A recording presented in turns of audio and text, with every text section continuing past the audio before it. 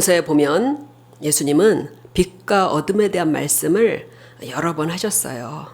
오늘 우리가 나누려고 하는 말씀의 핵심은 33절, 굉장히 평범한 이 말씀 안에 담겨 있습니다.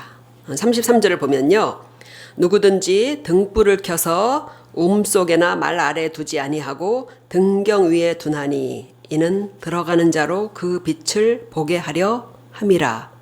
너무나 당연한 말씀이죠. 우음은 이렇게 움푹하게 파놓은 그런 구덩이 같은 그런 걸 말하는 거죠. 그리고 말은 청소년분은 잘 모르죠. 이렇게 곡쌀 같은 거 되는 그런 둥근 그 통 같은 거 말이라고 그러는 거예요. 사람들이 등불을 켠다면 이런 데다가 놓을 리가 없다는 거예요. 당연히 모든 사람들이 빛을 볼 수 있게 잘 보이는 곳, 등잔대 위에다가 이렇게 놓는다는 거예요. 그러니까 불을 켠 이상 그것을 일부러 가려놓지는 않는다는 것입니다. 왜 가려놓겠어요? 근데 우리 어렸을 때 보면은 등화관제훈련이라고 있었는데 혹시 기억나세요? 등화관제훈련. 막 사이렌 불면은 막 일시에 불을 막 다 꺼야 돼요. 그때 시험 기간 걸리면은 불 끄면 안 되니까 막 담요로 막 가리고 그리고 공부들 하고 그랬습니다. 이제 그런 경우가 아니라면 당연히 불은 다 누군가에게 보이도록 켠다는 거예요. 예수님께서 하신 이런 설교 말씀들을 보면요, 종종 우리 주변에서 흔히 일어나는 일을 빗대서 영적인 내용을 쉽게 설명해 주셨어요. 이때 예수님을 따라다니는 사람들이 되게 거의 다 소박한 무식한 그런 백성들이었잖아요. 쉽게 그런 일상을 통해서 말씀해 주셨거든요. 이 등불을 켜는 평범한 이런 이야기를 들을 때 사람들은 불에 대해서 이미 알고 있는 경험을 떠올려요. 그래서 구원의 원리를 받아들일 그런 준비를 하게 되는 거예요. 우리도 이 말씀을 들을 때 자연스럽게 연상되는 게 있죠. 삶에는 어둠이 있다. 그리고 어둠을 밝히기 위해서는 뭐가 있어야 된다? 빛이 있어야 되는구나. 그리고 불을 켜는 목적은 사람들이 잘 볼 수 있게 하는 것이구나. 그러니까 오늘 예수님께서 말씀하시려는 의도가 여기 다 들어있는 거예요. 그래서 이 말씀을 따라서 우리가 오늘 또 주님의 말씀을 상고해 볼 때 하나님께서 큰 은혜를 주시려고 믿습니다. 그러니까 먼저 세상에는요, 어둠 때문에 사람들이 보지 못하는 것들이 있다는 거예요. 사람들이 못 보는 게 있다는 거예요. 근데 사람들은 그렇게 생각해요, 안 해요? 안 합니다. 요즘은 안방에서도 TV나 인터넷을 통해서 온 세계에서 일어난 일을 다 알아요. 그러니까 사람들이 내가 못 보는 것이 있다는 생각을 하지 않습니다.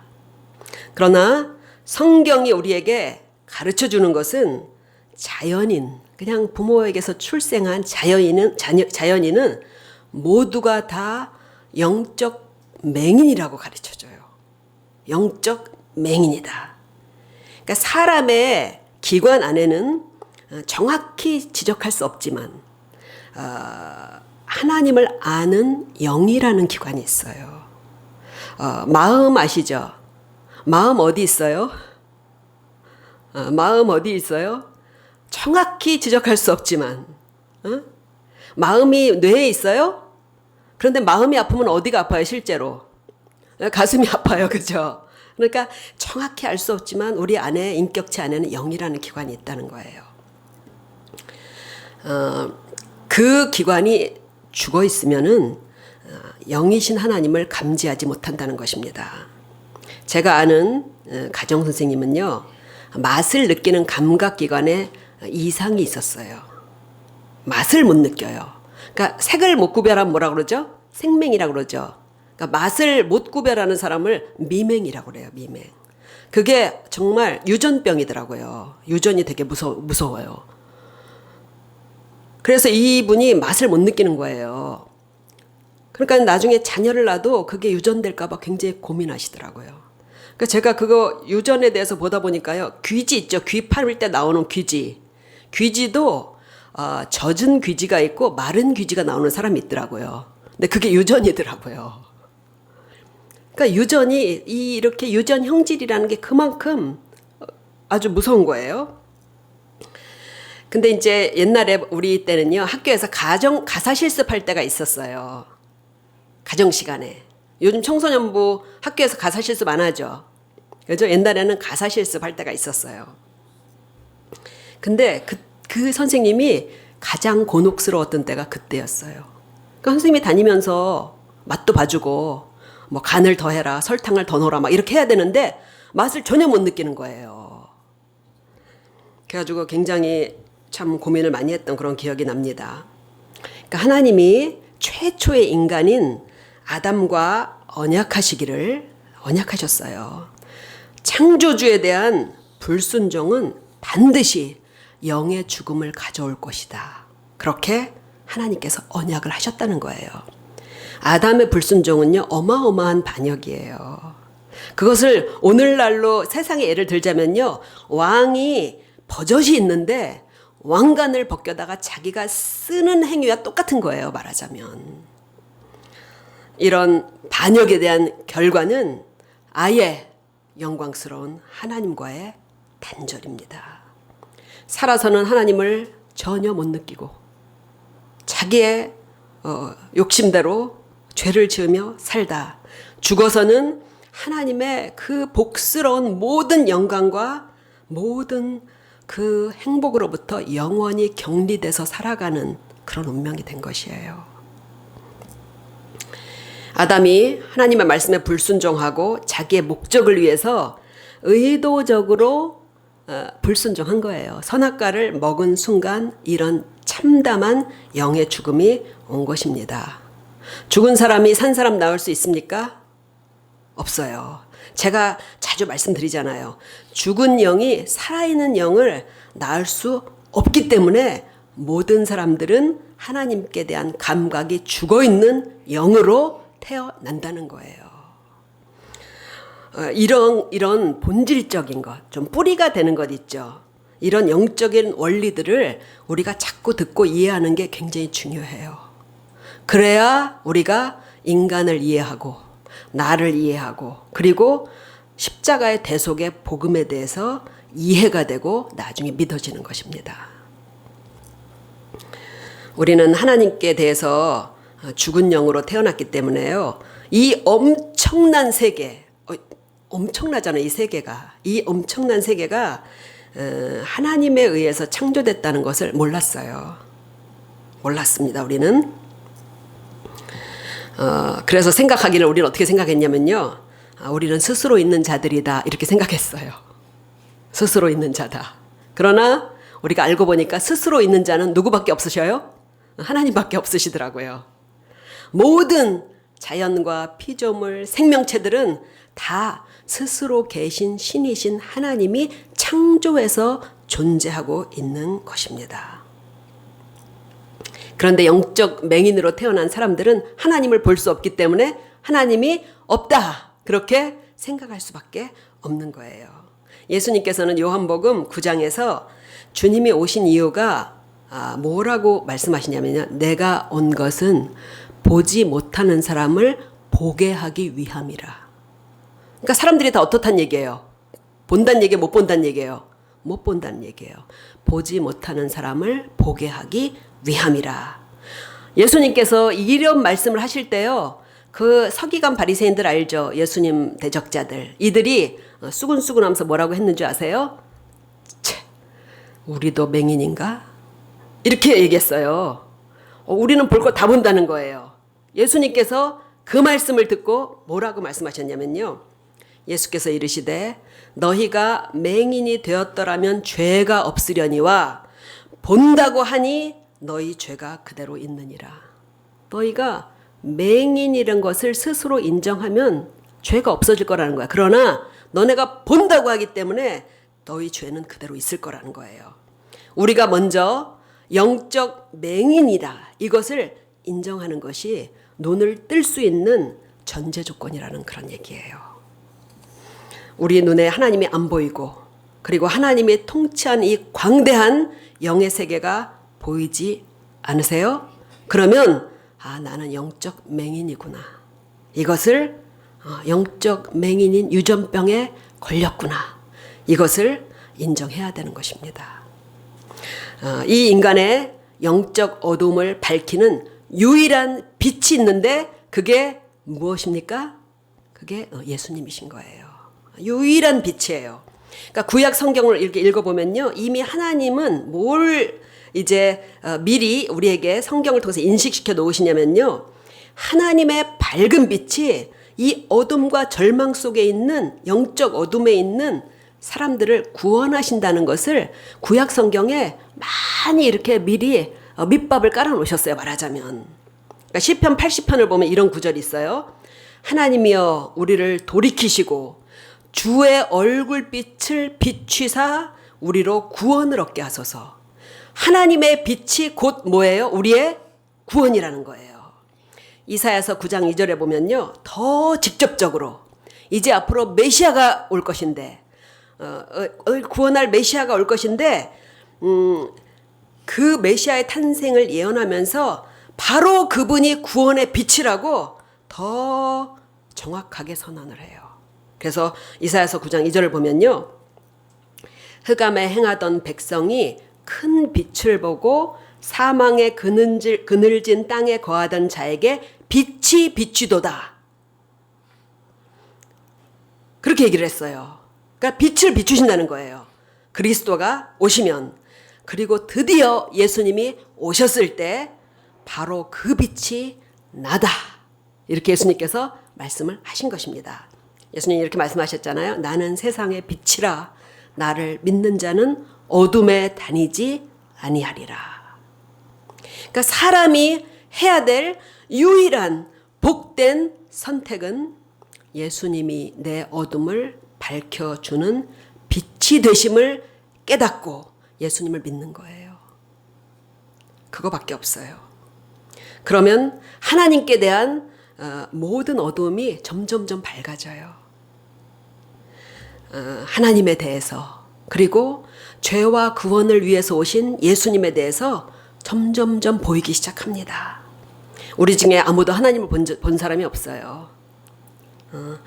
아무도 예수님을 본 적이 없고 아무도 천국을 본 적이 없습니다. 그렇지만 이 모든 것이 마치 눈으로 본 듯이 눈으로 본 것보다 더 믿어지고 어딘가에 있는 영의 기관 안에서 감지가 되는 것이에요. 그래서 하나님이 없다. 사람이 죽으면 끝이지. 이런 생각이 다시는 안 들어요. 그렇기 때문에 내일 무슨 일이 일어날지 모르지만 내일이 암흑처럼 두렵고 어둡구나 이렇게 느껴지지 않는다는 것입니다. 왜냐하면 예수님이 말씀하신 대로 우리는 더 이상 어둠 속에서 걸어다니지 않고 있기 때문에 그런 거예요. 당장 길이 안 보이고 그리고 준비하는 미래가 불투명해도 내가 정말 이 어둠 속에서 방황하다 끝나지 않을까? 그렇지 않다는 거예요. 설령 사망이 위협적으로 우리를 공격해도 죽음이 우리를 흑암에 쳐넣지 못합니다. 죽음 얼마나 두려워요. 그죠? 그런데 우리를 그 죽음조차도 흑암에 쳐넣지 못한다는 거예요. 저는요. 우리 어머니가 암 선고를 받고 돌아가시기 전까지 같이 있으면서요. 이 사망의 어둠이 정말 어머니를 무겁게 짓누르는 것을 본 적이 한 번도 없어요. 그 어머니의 죽음이라는 그 사망의 두려움이 우리 가족을 무겁게 짓누른 적이 한 번도 없어요. 우리가 하나님 안에 있기에, 예수님 안에 있기에 설령 죽어도 그렇게 나쁘지는 않겠다는 한 줄기 희망의 빛이 늘 있었어요. 죽는 것도 나쁜 것이 아니야. 그 희망의 빛이 늘 있었습니다. 그게 하나님이 우리를 빛 가운데로 걸어가게 하시는 강력한 증거가 아니고 뭐겠어요. 어둠이 아니에요. 빛 가운데 걸어가는 거예요. 내일에 대한 염려와 또 진학에 대한 고민과 삶의 여러 가지 고충으로 마음이 어두워질 때 우리를 다시 빛 가운데로 환하게 이끌어 주시기를 기도하시기 바랍니다. 우린 이미 빛 가운데 있어요. 그러나 그 빛이 밝아지게 해주시길 기도해야 돼요. 미가서 7장 8절에서요. 이 선지자도 이런 고백을 하더라고요. 나의 대적이여 나로 인하여 기뻐하지 말지어다. 나는 엎드러질지라도 일어날 것이요 어두운 데 앉을지라도 여호와께서 나의 빛이 되실 것이미로다. 예수님은 우리에게 영원한 빛을 주셨을 뿐 아니라 매일 엄습하는 어둠을 이길 환한 빛을 주실 것입니다. 빛이신 예수님을 많이 바라볼수록요 우리 안에서 어둠이 거쳐지게 된다는 것을 꼭 기억하시기를 바랍니다. 그 다음 예수님은요 이 구원의 빛을요 모든 사람에게 비춰주셨다는 거예요. 등불을 켜서 모든 사람이 보이게 둔다고 그랬잖아요. 그죠? 그러나 선택은 그 빛을 보는 사람들의 각자의 몫이라는 거예요. 오늘 34절을 보면요 이런 말이 나와요. 좀 약간 이렇게 빨리 들어오는 말씀이 아니에요. 이해가 급히 안 돼요. 내 몸의 등불은 눈이라. 내 눈이 성하면 온 몸이 밝을 것이요 만일 나쁘면 네 몸도 어두우리라. 잘 안 들어오죠. 그죠? 근데 이제 이 말씀을 오늘 전체적으로 잘 이해하려면요. 오늘 본문 말씀 앞 뒤에 있는 당시의 상황들을 좀 이렇게 읽어보면 금방 알 수 있어요. 예수님과 그리고 바리새인 서기관들과의 갈등이 막 점점 고조되고 있었어요. 이때. 예수님이 아무리 말씀과 그리고 기적으로 주님이 메시아 그리스도라는 것을 밝혔지만 안 믿었어요. 이들이. 그래서 오늘 본문 앞에 14절에서도 보면요. 예수님께서 귀신 들려서 말 못하는 사람을 귀신을 쫓아주고 이 말을 하게 했어요. 그런데도 이 바리새인들이 뭐라고 말하냐면 저가 귀신의 힘을 빌려서 귀신을 쫓아낸다 이렇게 얘기했다는 거예요. 무당들 그렇잖아요. 무당들도 귀신의 힘을 빌려서 쫓아내거든요. 그래서 예수님을 그렇게 취급했다는 거예요. 그런 맥락에서 오늘 예수님이 이 말씀을 하셨다면 어떤 의도로 이 말씀을 하셨는지 금방 이해가 돼요. 내 눈이 성하면 온몸이 밝을 것이요 만일 나쁘면 내 몸도 어두리라. 아무리 밝은 빛을 비춰도 눈에 이상이 있는 사람은 빛을 느끼지 못한다는 거예요. 네 눈에 이상이 있다는 거예요. 예수님의 말씀을 듣고 그 행하신 일을 처음부터 비판할 목적으로 그리고 그 삐뚤어진 눈으로 보려는 바리새인들을 책망하시는 그 말씀이에요. 빛에 문제가 있는 게 아니라 사실을 제대로 보지 못하는 눈에 문제가 있다는 것입니다.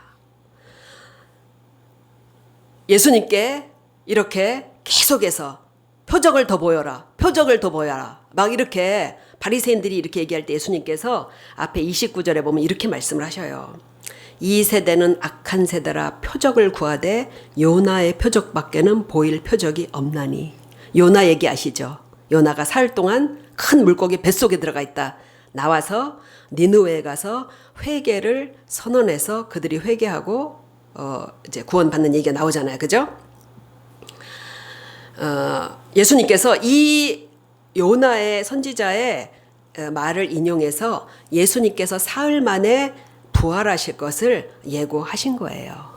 그러면서 뭐라고 말씀하시냐면요. 그 니느웨 사람들이 너희를 심판할 거라 그렇게 얘기를 하셔요.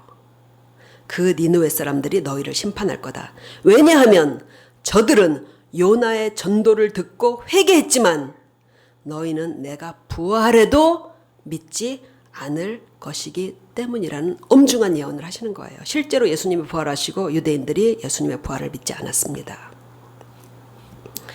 우리는 한 가지 의문을 가져요. 이스라엘 사람들, 구약 성경을 받은 사람들이에요. 하나님이 그들의 역사 가운데 함께 하신 것을 체험했던 사람들이에요. 왜 그들이 성경에서 계시된 대로 한 글자도 틀림없이 그대로 오신 예수님을 믿지 않았을까요? 왜 예수님을 그들이 못 알아봤을까요? 그것은 요한복음 말씀에서 이유를 찾아볼 수가 있어요. 요한복음 3장 19절에 보면요. 이렇게 말씀합니다. 그 정죄는 이것이니 곧 빛이 세상에 왔으되 사람들이 자기 행위가 악함으로 빛보다 어두움을 더 사랑한 것이니라. 그들이 자기 행위의 악함을 비호하면서 빛을 거부했다는 거예요. 또 하나의 비밀은 성령님입니다. 성령께서 복음을 비춰주지 않으시면요, 아무도 성경을 통해서 예수님을 발견하지 못해요. 오늘 예수님이 그리스도라는 것을 결사적으로 안 믿으려는 바리새인들이 왜 그렇겠어요? 빛을 거부하는 그들에게 성령께서도 함께 계시지 않는다는 것을 보여주는 것입니다. 그러니까 성령께서 감화하시지 않으면요, 우리는요, 교회 나오지 않을 이유를 한 100가지쯤은 되면서 아마 교회 나오지 않을 거예요. 100가지는 될 거예요. 교회 안 나가는 이유. 겉으로 다 인정하는 것 같지만 결국 믿으러 나오지 않는 사람들이 왜 그렇겠어요? 스스로 빛으로부터 멀어집니다. 그리고 성령님의 감화와 인도도 받지 못하기 때문이에요. 만일 하나님을 아는 이 빛이 내 안에 없는 것 같아. 그리고 그래서 여전히 하나님을 인지하지 못하고 예수님의 복음이 뭐냐 인지하지 못한다면 우리는 두 가지를 할 수 있는 거예요. 첫째는 뭐냐? 우리의 행위의 악함을 인정하고, 그리고 우리의 어둠을 밝혀주셔서 드러나서 고쳐주시도록 예수님 앞으로 나아가는 것입니다. 그리고 또 하나는 예수님을 알 수 있도록 성령을 구하는 거예요. 그래서 오늘 본문 앞에 보면요, 이 본문을 기록한 누가는 의도적으로 이 본문 앞에다가 예수님의 말씀을 앞에 배치해 놓았어요. 기도에 대한 주님의 강론이에요. 13절을 보면 너희가 악할지라도 좋은 것을 자식에게 줄 줄 알거든 하물며 너희 하늘 아버지께서 구하는 자에게 성령을 주시지 않겠느냐. 이것을 의도적으로 누가가 이렇게 배치를 해놓은 거예요. 만일 우리가 복음을 들을 때 우리의 귀를 막고 눈을 돌리지 않고 겸손히 그 빛을 구한다면 하나님께서 기쁘게 성령님을 우리에게 보내주실 것을 믿으시기 바랍니다. 두 가지를 기도하시면 돼요. 우리는 그것밖에 할 수 없는 거예요. 은혜는 하나님이 주십니다. 그리고 마지막으로 이 빛을 받은 우리도 빛 가운데 있는지를 늘 점검하라는 거예요. 너희가 빛 가운데 있는지를 보라는 거예요. 그러므로 내 속에 있는 빛이 어둡지 아니한가 보라. 네 온몸이 밝아 조금도 어두운 데가 없으면 등불의 빛이 너를 비출 때와 같이 온전히 밝으리라 하시니라. 우리의 목적은 뭐예요? 온전히 어떻게 되는 거예요? 온전히 밝은 사람들이 되는 거예요. 어둠의 사람들이 아니라 우리가 안팎으로 환하게 밝은 사람들이 되는 것입니다. 빛을 지닌 몸은 우리의 전체 인격과 육체를 말하는 거예요. 모든 겉으로 드러나는 거. 이 우리의 모든 겉으로 드러나는 것들은요, 밝아져요. 빛을 지니면. 안에 빛이 없으면요, 겉으로 드러나는 모든 게 어두워요. 저 사람 어둡다. 그게 영적인 안에 있는 그 내용물이잖아요. 그죠? 그런데 밖으로 드러난다는 것입니다. 그래서 다른 성경에 보면요, 예수님께서 이 말씀을 하면서요, 이런 말씀을 덧붙여요. 산 위에 있는 동네 있죠? 옛날에 산 위에 이렇게 산 몇 번지 하는 산 위에 있는 동네들 있잖아요. 그죠? 그 동네들은요, 밑에서 봐도 다 보여요. 지금 옥수동인가 거기 보면 막 도로 가다가 보면 강변대로 가다 보면 다 보이잖아요. 산 위에 있는 동네가 숨겨지지 못할 것이요. 너희 안에 있는 빛도 숨겨지지 못한다고 그러셨어요. 만일 우리가 진짜 예수님을 믿는 믿음이 있고 진짜 하나님의 존재에 대한 그런 확실한 믿음이 생긴다면요, 남들도 그걸 느낀다는 거예요. 남들이 느껴요, 그거를.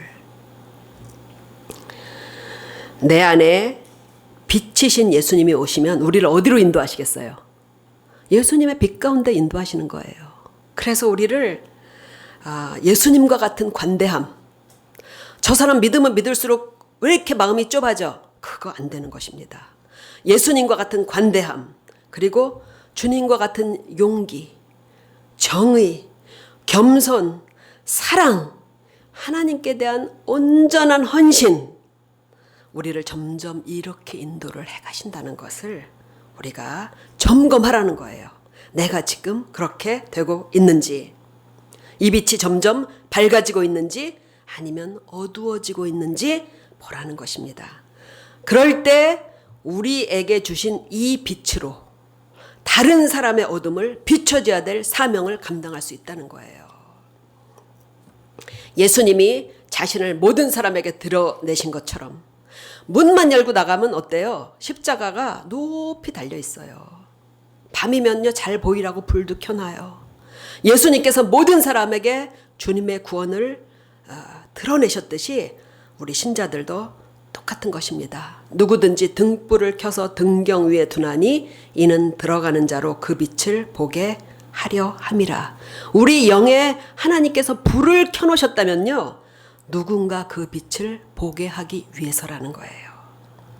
우리가 어떻게 복음을 듣고 그리고 예수님을 믿고 구원을 얻게 되었습니까?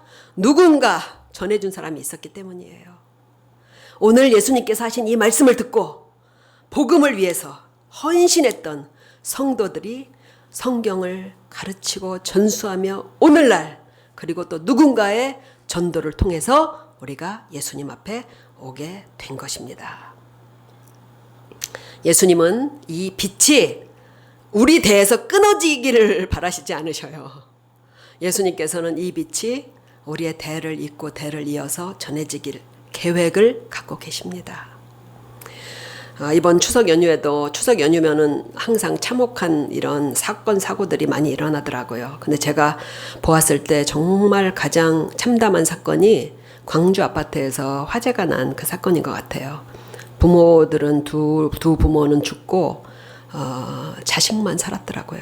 그래서 제가 저 아이들이 부모 없이 어떻게 살아가지? 정말 가슴이 먹먹하더라고요. 뭐 아들이 자기 전에 충전해 놓은 전동 필에서 거기에서 이제 불이 발생했다고 하는 것 같더라고요. 그런데 이날 새벽에 이제 불이 났는데 그래서 막 그 이웃들이 막 도와주려고 굉장히 애들을 많이 썼더라고요. 근데 맞은편에 있던 이 한 주민은 이렇게 건너다 보니까 그 5층에서 불이 나고 있는 거예요. 근데 보니까 어둠 가운데서 그 보일러실에 딸아이가 고등학생인가 그랬죠. 딸아이가 이렇게 난간을 붙잡고 겨우 필사적으로 붙들고 있었고 그 보일러실 옆에는 그 아이의 아버지가 상반신을 아래로 반 걸치고 숨을 헐떡이고 이렇게 있는 게 보였던 거예요. 그래가지고 잠옷바람으로 달려가가지고 5층 아래 그 4층으로 보일러실로 진입해가지고 그 위에 이렇게 매달려 있잖아요, 딸이. 그래서 보일러실 배관을 밟고 올라가서요, 이 딸을 잡아서 확 잡아 끌었더라고요. 그래서 4층 보일러 바닥으로 떨어지면서 딸을 구한 거예요. 그리고 그 아버지를 구하려고 필사적으로 5층으로 올라갔는데 아버지는 추락해서 숨졌더라고요, 알고. 근데 그 의인이, 그 주민이 이 말을 하더라고요. 자기가 딸을 구하는 순간에 이렇게 바늘 걸쳐져 있는 아버지하고 눈이 마주쳤다는 거예요. 저는 그 말을 들을 때 정말 기사를 읽으면서 소름이 쫙 끼치더라고요. 정말 이 아버지의 눈빛이 어떨까 생각해 보세요. 자기의 죽음을 직감한 거 아니에요, 그죠? 그런데 딸을 구해주는 그 사람을 고마운 눈으로 쳐다봤을까? 아니면 인간의 본능상 나도 좀 구해주지 하는 그런 절실한 눈으로 쳐다봤을까? 근데 어쨌거나 저는요, 이 구해준 사람이 정말 이 일이 트라우마가 되지 않았으면 좋겠더라고요. 그 눈빛이 얼마나 기억이 나겠어요. 제가 이런 생각이 들었어요. 우리는 이제 하나님 앞에 갈 거잖아요, 그죠? 모든 사람들은 전부 다 하나님 앞에 나아가서 모든 행위대로 심판을 받는다고 그랬어요. 그때 우리가 돌아보지 않은 그 가족과 그리고 이웃들이 하나님 앞에 그 영원한 형벌, 지옥의 형벌을 심판받는 순간에 우리를 쳐다보는 눈빛이 우리를 원망하는 눈빛이 되지 않을까, 이런 생각이 그것을 기사를 읽으면서 문득 들었습니다. 지금 우리 주변에서 영적으로 죽어있는 사람들은요, 나를 좀 구해달라는 그런 절실한 눈빛으로 우리를 바라보고 있는지도 모르겠습니다. 말씀을 마치겠습니다.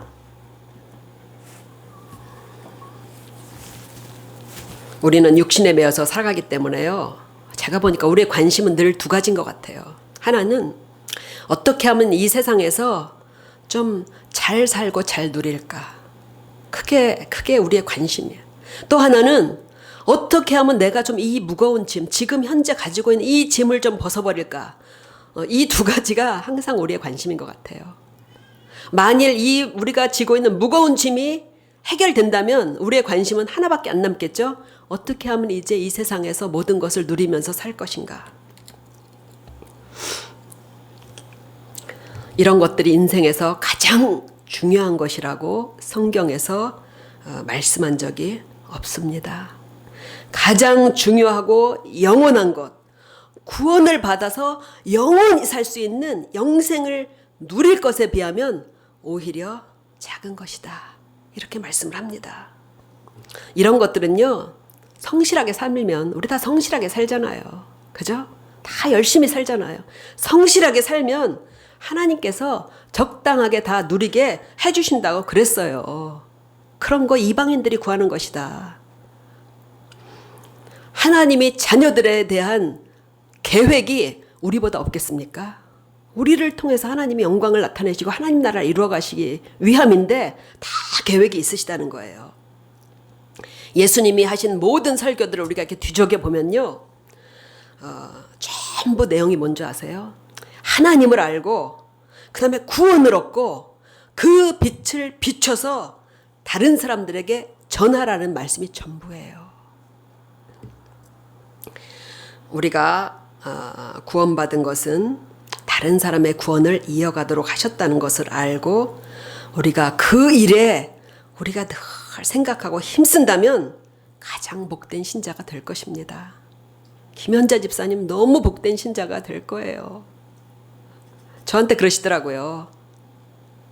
전도하려면 자존심 내세우면 안 돼요. 그러시더라고요. 이렇게 사는 성도에게 약속하신 축복이 있잖아요. 먼저 그 나라와 그 일을 구하라. 그리하면 이 모든 것을 너희에게 더하시리라. 오늘 우리가 새가족 초청 예배를 위해서 다시 한번 또 우리 가족과 이웃을 위해서 작정하고 기도하려고 그래요. 우리가 하나님을 아는 빛이 이 우리 가족들, 사랑하는 가족들에게도 골고루 비춰지기를 간절히 원하는 마음으로 작정하고 하는 기도를 하나님께서 들으시고 반드시 선하게 응답하시리라고 믿습니다. 아멘. 우리 찬송 부르고 오늘 주보지 안에 있는